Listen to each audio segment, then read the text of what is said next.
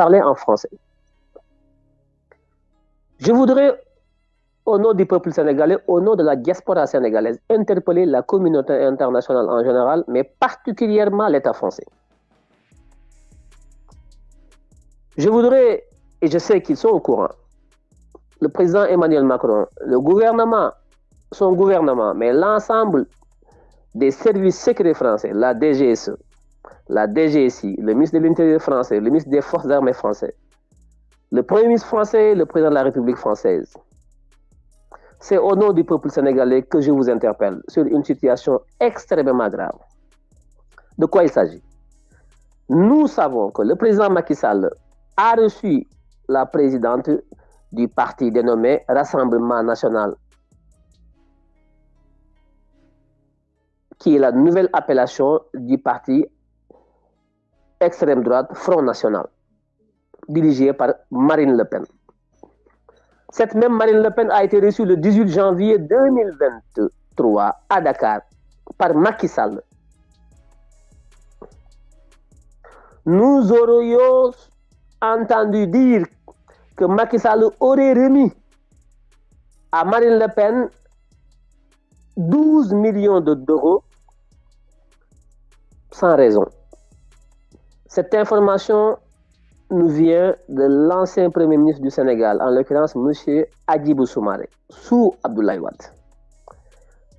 Ce dernier a interpellé Macky Sall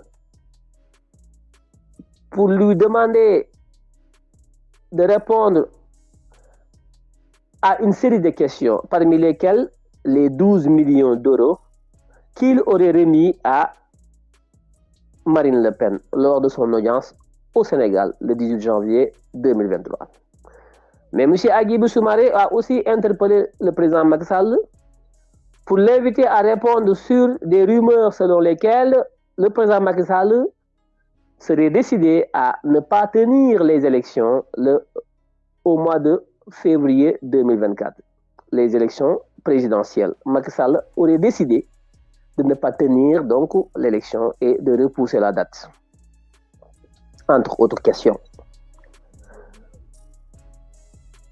Je voudrais savoir, parce que lors de la campagne présidentielle de 2019 passée, le président Emmanuel Macron avait interpellé la candidate Marine Le Pen sur des éventuels financements de son parti Rassemblement National, lesquels financements donc seraient d'origine russe. Marine Le Pen, je me rappelle bien du débat, avait répondu pour dire qu'effectivement, elle aurait donc contracté des prêts dans des banques russes parce que les banques françaises lui refusent des prêts. Elle ne peut pas, au nom de son parti, avoir donc des prêts dans les institutions financières françaises. C'était la réponse de Marine Le Pen. Donc, si le président Emmanuel Macron, lors de la campagne présidentielle, a jugé utile de fustiger l'attitude de Marine Le Pen, qui consiste à aller donc faire des crédits dans des pays étrangers comme la Russie, je suppose que cette question n'est pas une question anodine, c'est une question qui relève quand même de la sécurité nationale. Parce que qui connaît les relations internationales, qui connaît aujourd'hui la géopolitique mondiale, sait pertinemment que la France n'entretient pas de très bonnes relations avec la Russie. Pour des raisons que tout le monde sait. La crise ukrainienne, la crise du gaz, la crise au Mali, en Centrafrique, entre autres, où les deux puissances donc, se toisent et se croisent. Donc la France aujourd'hui a d'énormes difficultés, aussi bien en France, mais dans ses anciennes colonies aujourd'hui, où la Russie est en train aujourd'hui de se déployer de façon progressive. Par conséquent, voir Marine Le Pen emprunter de l'argent lors d'une campagne présidentielle en France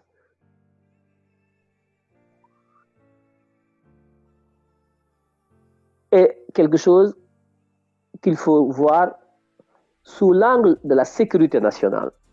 Parce qu'emprunter de l'argent dans une banque russe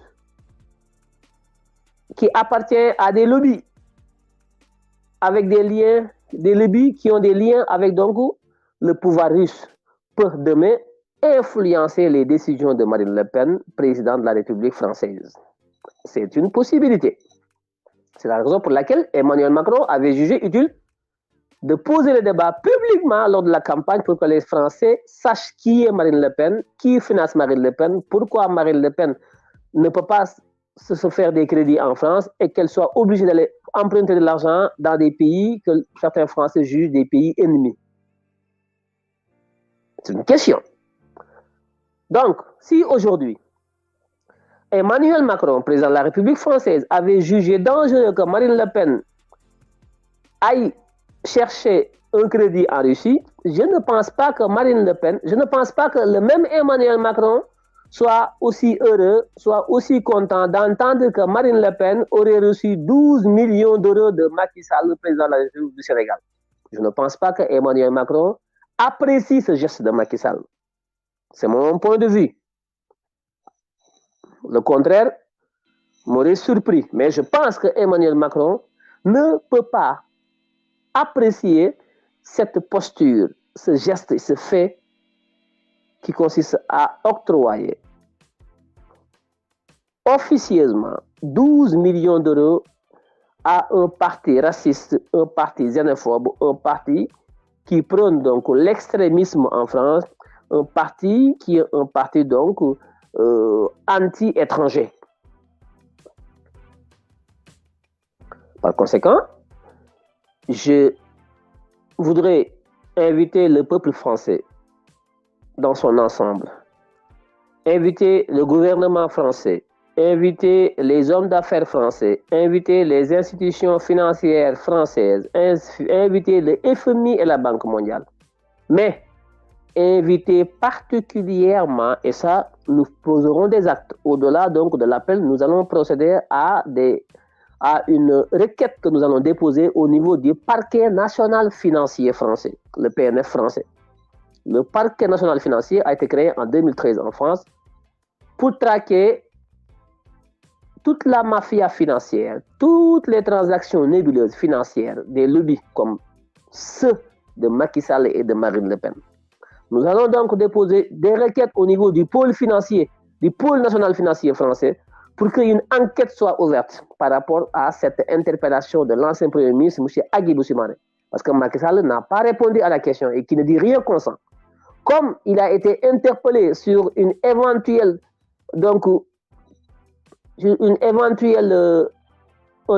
financement du parti de Marine Le Pen, parce que Macky Sall, n'oublions pas que c'est Macky Sall qui traque le parti PASTEF, qui est son principal opposant au Sénégal. D'ailleurs, j'en profite, parce que Macky Sall vient aujourd'hui de prendre le responsable de l'institution qu'on appelle Copper Express, qui est une sorte de Western Union, une plateforme donc de transfert d'argent par le biais duquel les Sénégalais de la diaspora et du Sénégal mettent de l'argent pour collecter de l'argent destiné au parti PASTEF, mais destiné aussi à des particuliers sénégalais qui ont des difficultés d'ordre médical, social et tout ça.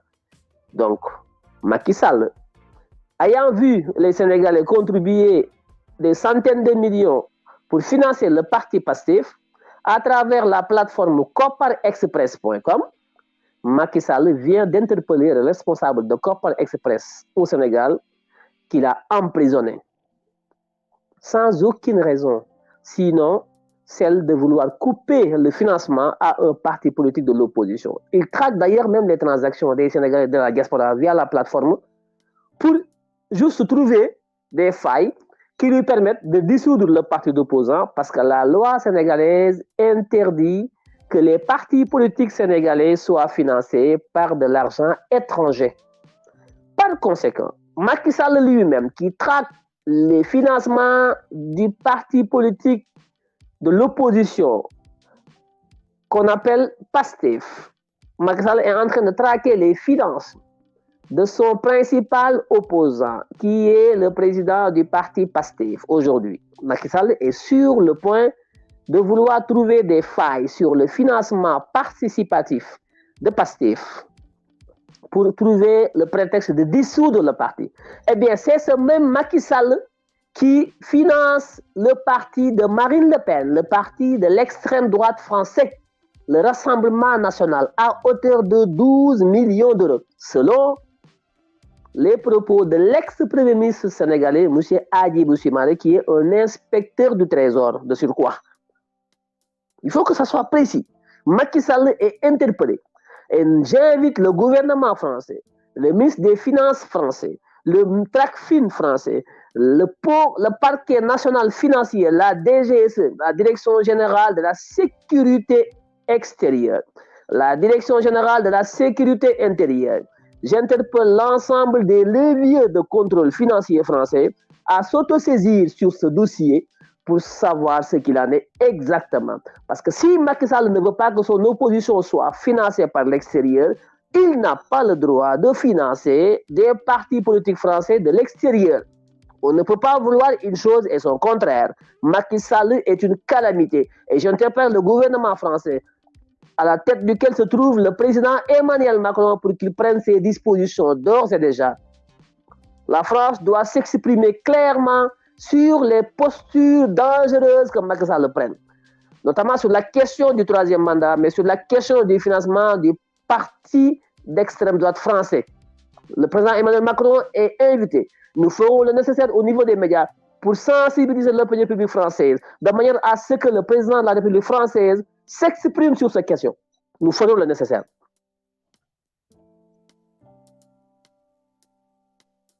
Macky Sall saura avec qui il a affaire. Il saura de quel bois nous nous chauffons.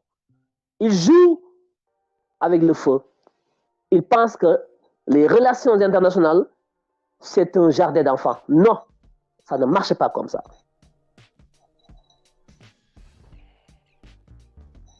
Ça ne se passera pas comme ça. Si les Sénégalais ne peuvent pas mesurer la dangerosité de l'acte de Macky Sall, si vous qui m'écoutez, les Sénégalais, les Français, vous pensez que cet acte est anodin, qu'il faut fermer les yeux et laisser passer, c'est parce que vous n'avez pas compris les enjeux. Macky Sall vient de poser un acte suicidaire. Il est en train de faire aujourd'hui des actions qui vont lui coûter extrêmement cher. Dès cette semaine, nous réunirons des avocats, nous réunirons des experts, nous saisirons donc par des requêtes l'ensemble des institutions donc ciblées, à savoir TRACFIN. Nous saisirons le ministre de l'économie et des finances français, nous saisirons le parquet national financier français, nous saisirons la DGSE, la CIA, le FBI, le FSB. Tous ces services de renseignement seront mis au parfum de cette affaire pour que l'affaire soit traquée de bout en bout.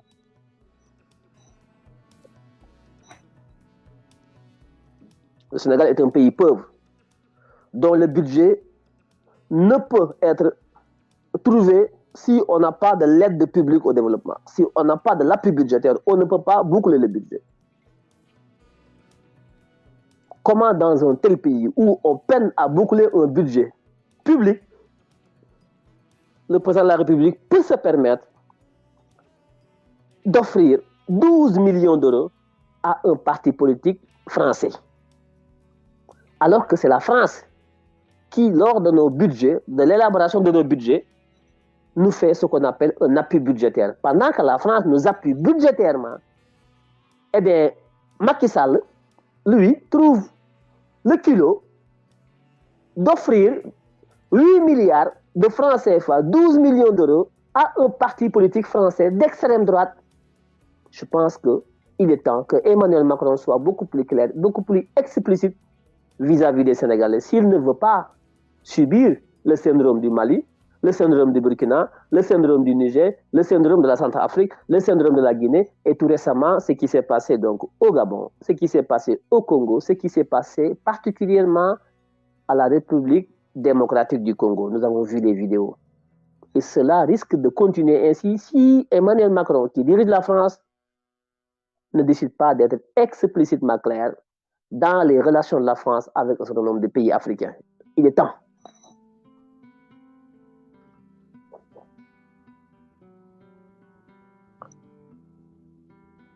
Donc, nous allons saisir Mediapart. Nous allons nous entretenir avec le Figaro, avec Le Monde et l'AFP.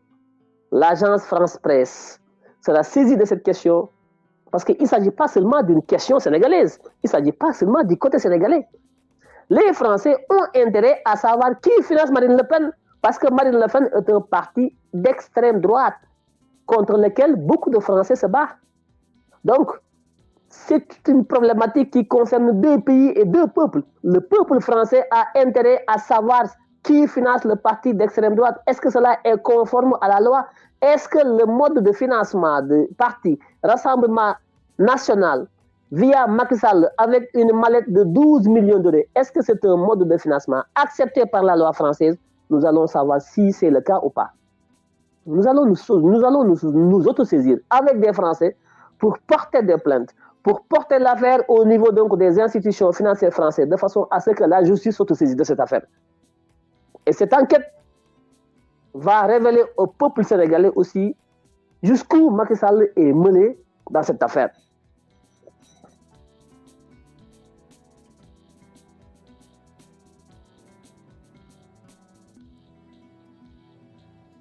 Donc, ça, je tenais à le dire en français, pour que l'opinion publique internationale soit au courant de cette corruption politique qui lie Macky Sall à un certain responsable politique français et européen. Et je suppose que ce n'est pas seulement à Marine Le Pen à qui Macky Sall a donné des millions, voire des milliards, des maigres ressources sénégalaises. Mais cette fois-ci, ça ne passera pas. Voilà ce que je tenais à dire en français pour l'opinion publique française, mais pour les institutions françaises. Si vous pouvez couper cela et partager cela dans les réseaux, vous contribuerez à l'effort donc de guerre pour la manifestation de la vérité. Aujourd'hui, avant de terminer, Macky Sall, au lieu de répondre à l'interpellation de l'ancien Premier ministre, M. Hadjibou Soumaré, qui a fait la révélation, Macky Sall a jugé utile de rester dans un silence assourdissant, préférant envoyer ses lieutenants, à savoir le porte-parole du gouvernement, qui vient de pondre un communiqué dans lequel il fustige l'attitude de l'ex-premier ministre, M. Hadjibou Soumaré, qui en a fait écho. Mais le gouvernement, à travers son porte-parole, ne s'est pas limité à fustiger l'interpellation de l'ex-premier ministre. Il s'est autorisé à brandir des menaces, des poursuites judiciaires contre l'ex-premier ministre qui en a fait la révélation. Et cela ne nous étonne pas de Macky Sall. C'est la méthode Macky Sall. À chaque fois que Macky Sall ait pris la main dans le sac, sa réaction, c'est de faire peur, ou si vous ne cédez pas, de vous mettre entre les mains de sa justice accroupie. À chaque fois que Macky Sall veut couper des têtes, eh bien, ses ciseaux, sa guillotine, c'est sa justice corrompue.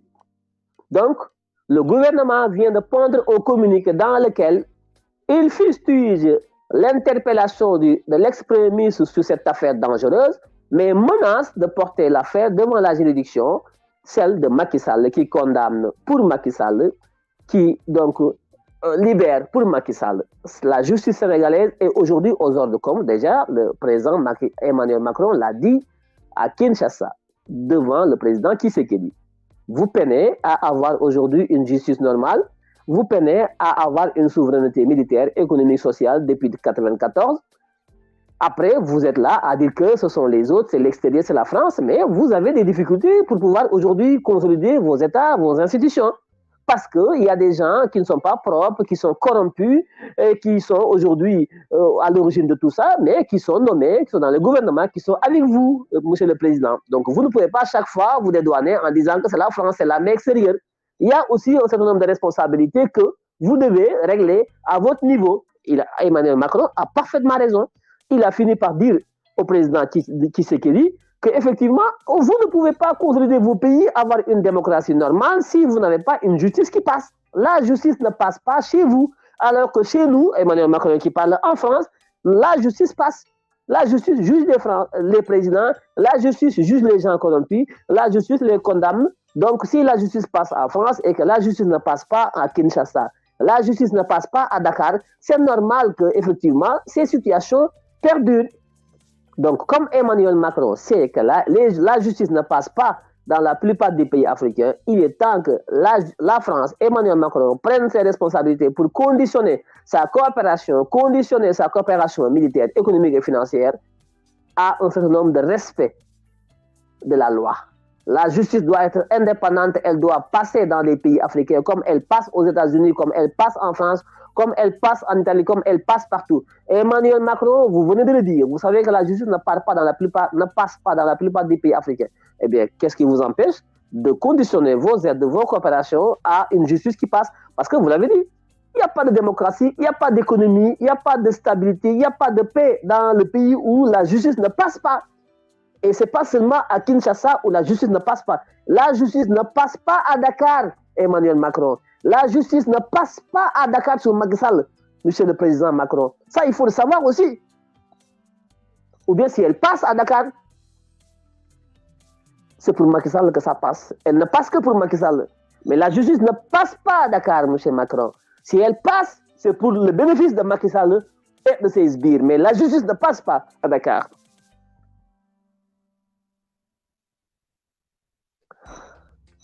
Marine Le Pen s'est rendue à Dakar grâce à l'intermédiation de M. Philippe Ollivier, qui est son gendre, son cousin et son conseiller spécial.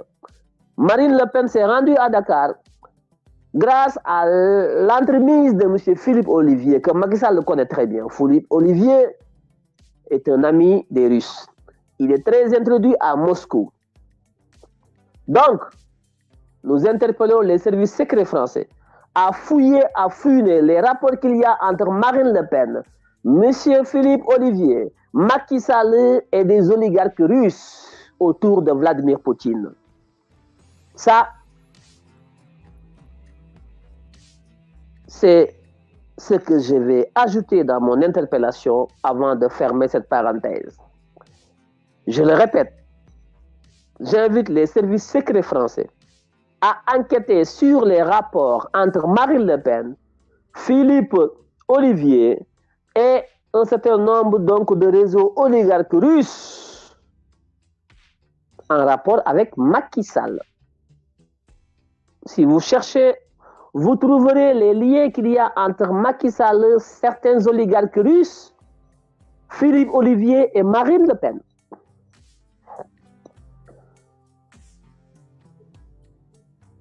Je m'en arrête là pour l'instant en attendant d'y revenir peut-être avec beaucoup plus d'informations.